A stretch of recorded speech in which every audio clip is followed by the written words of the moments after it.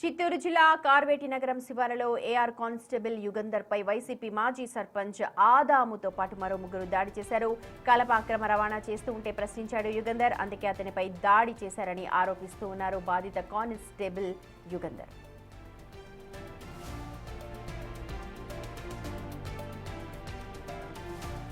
దాడి చేయడంతో పాటు తనపై కేసులు కూడా పెట్టారంటూ వాపోతూ ఉన్నాడు. అయితే కలపక ట్రాక్టర్లు, లారీలను జీడీ నెల్లూరు ఎమ్మెల్యే సోదరుడు నిధి అడ్డుకున్న విజువల్స్ కూడా సోషల్ మీడియాలో ప్రస్తుతం వైరల్గా మారుతూ ఉన్నాయి. గతంలో వైసీపీలో ఉండి ప్రస్తుతం టీడీపీలోకి మారిన ఆదాము వెనక మరి ఎవరున్నారు అన్నది ఇప్పుడు సస్పెన్స్గా మారుతోంది. ఒక కానిస్టేబుల్ పై దాడి జరిగితే పోలీస్ సంఘాల మరి స్పందన సైతం లేకపోవడం కూడా ఇక్కడ విచిత్రంగా ఉంది అంటున్నారు స్థానికులు. గతంలో కూడా ఆదాము, అతడి అనుచరులు తనపై ఎన్నో దాడులు చేశారు అంటున్నారు కానిస్టేబుల్ యుగంధర్. బాధిత కానిస్టేబుల్ ఏమన్నాడు ఒకసారి చూద్దాం. నేను constable sir, PC number 3120 Yugandhar. నేను డ్యూటీ ముగించుకొని ఇంటికి పోతున్నాను సార్. నిన్న సాయంత్రం తిరుగు ప్రయాణము. అక్కడికి వెళ్ళిన తర్వాత పచ్చికాపాలెం దగ్గర ఎదురుగుప్పు మండలంలో నకలాపలం అనే అర్జునవాడ దగ్గర ఓవర్లోడ్తో కట్టెల లోడ్ పోతుంది. కరెంటు తీగలంతా తీసుకొని పోతున్నారు. నేను ముందుకు దాటుకొని పోయి ఎవరిదయ్యా లోడ్ ఇది అని చెప్పి అడిగాను. అన్నూరు సర్పంచ్ ఆదాంది అని చెప్పారు. అవునా, సరే ఎందుకు ఇంత ఓవర్లోడ్ కట్టెల లోడ్లు పర్మిషన్ ఉందా మీకు అని అడిగాను. మీకు అవంతా అవసరం లేదన్నారు. వెంటనే నేను డిఎఫ్ఓ గారికి ఫోన్ చేసి ఇంటిమేషన్ ఇచ్చాను, సార్ ఈ విధంగా పోతా ఉందని.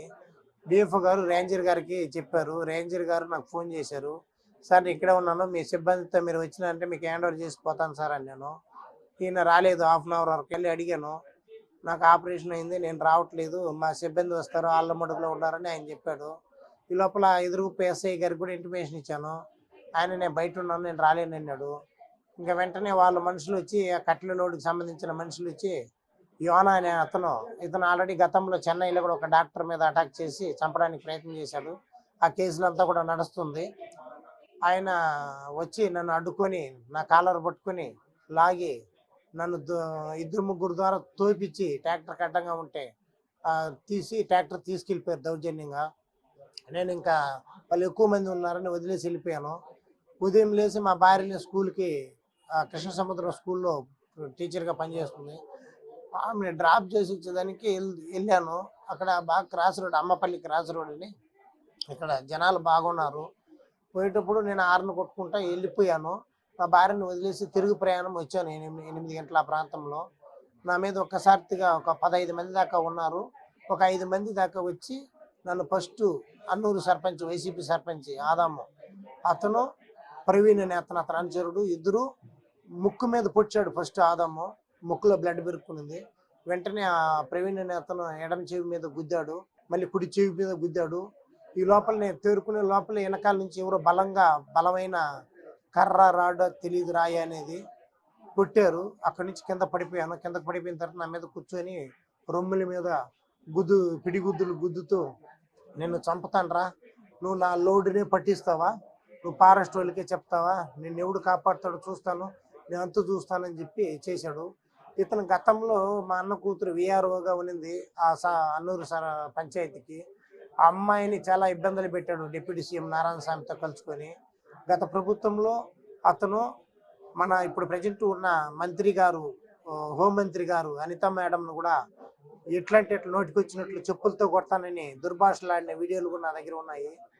అలాంటి వాళ్ళు మట్టి, ఇసుక, గ్రావులు తోలుతా ఉంటే నేను గత నెల రోజులకు ముందు చిత్తూరు జిల్లా కలెక్టర్ సార్ వారికి ఫిర్యాదు చేశాను 2 సార్లు 3 సార్లు. మళ్ళీ తర్వాత 20 రోజుల తర్వాత మళ్ళీ తోలుతుంటే మళ్ళీ కలెక్టర్ గారికి ఫిర్యాదు చేశాను. ఇవన్నీ గెడ్జి పెట్టుకొని నా మీద చంపడానికి అటాక్ చేశారు, నన్ను చంపబోయే ప్రయత్నం చేశారు. తర్వాత అక్కడి నుంచి ఒక దయాలని అతను లాగి పట్టుకున్నాడు. వెంటనే నేను లేచి బండి ఎత్తుకొని ఒక 300 గజాలు వచ్చిన తల తిరుగుతూ ఉంటే నాకు తెలియ కంట్రోల్ స్వాధీనం తప్పిపోయింది. బండి పడిపోయింది. నేను కింద కూర్చున్నాను, పడిపోయాను. అయిపోయింది. కింద కూర్చున్న తర్వాత పడిపోయాను.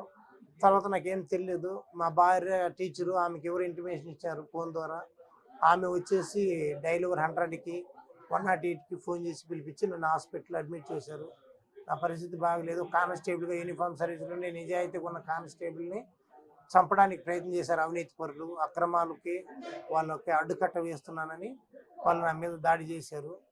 సుందరరాజు అనే అతను నన్ను ఆల్రెడీ గత ప్రభుత్వంలో కూడా సస్పెండ్ చేసి నన్ను ఇబ్బందులకు గురి చేసి నేను హైకోర్టుని ఆశ్రయించి సస్పెండ్ ఎఫ్ఐఆర్ కాకుండా పరమేశ్వర్ రెడ్డి సార్ ఎస్పీ గారు నన్ను సస్పెండ్ చేశారు. దాని మీద నేను హైకోర్టుని ఆశ్రయించడం జరిగింది.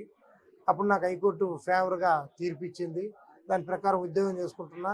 నా విధి నిర్వహణలో నేను ఎక్కడ కానీ అవినీతికి కానీ వేరే విధంగా ఎవరైనా అరాచమెంట్ చేసి ఇలాంటివి నాకేమి ఉండదు. ఇది సార్ నా పరిస్థితి. నా భార్య ఉంటే పాపం వాళ్ళు ఆడవాళ్ళు ఎంత సఫర్ అయ్యేవాళ్ళు. ఆమె లేకుండా పోవడం నాకు మంచిదైంది. నాకు చాలా ఆత్మరక్షణ లేదు. దీనికంతా కారణము అతని తరపున ఎమ్మెల్యే బంధువు కాబట్టి అతని ద్వారా అతను ఆదామనే అతను పైరువీలు చేసి నా మీద దాడి చేస్తున్నాడు. ఎమ్మెల్యేకి దగ్గరగా ఉండే యోనా అనే అతను వచ్చి అడ్డుకున్నాడు. ఆ వీడియోలన్నీ కూడా ఉన్నాయి. నేను వీడియో తీశాను నిన్న సాయంత్రం ట్రాక్టర్ ఆపినప్పుడు. అదంతా ఎమ్మెల్యే ప్రోద్బలంతోనే చేస్తున్నాడు. అతను టీడీపీకి ఓటు కూడా వేయలేదు. వైసీపీ సర్పంచి అతను 100 మంది తామసులు ఇచ్చిన గెలవడని తిట్టిన వ్యక్తి. అతనికి ఎమ్మెల్యే సపోర్ట్ చేస్తున్నాడు వైసీపీలకంతా. మాలాంటి నీతి నిజాయితీ పరులకి ఇబ్బందిగా ఉంది ఈ సమాజంలో. మమ్మల్ని కాపాడాల్సిందిగా కోరి ప్రార్థిస్తున్నాను. డీజీపీ గారు నాకు రక్షణ కల్పించాలని కోరి ప్రార్థిస్తున్నాను.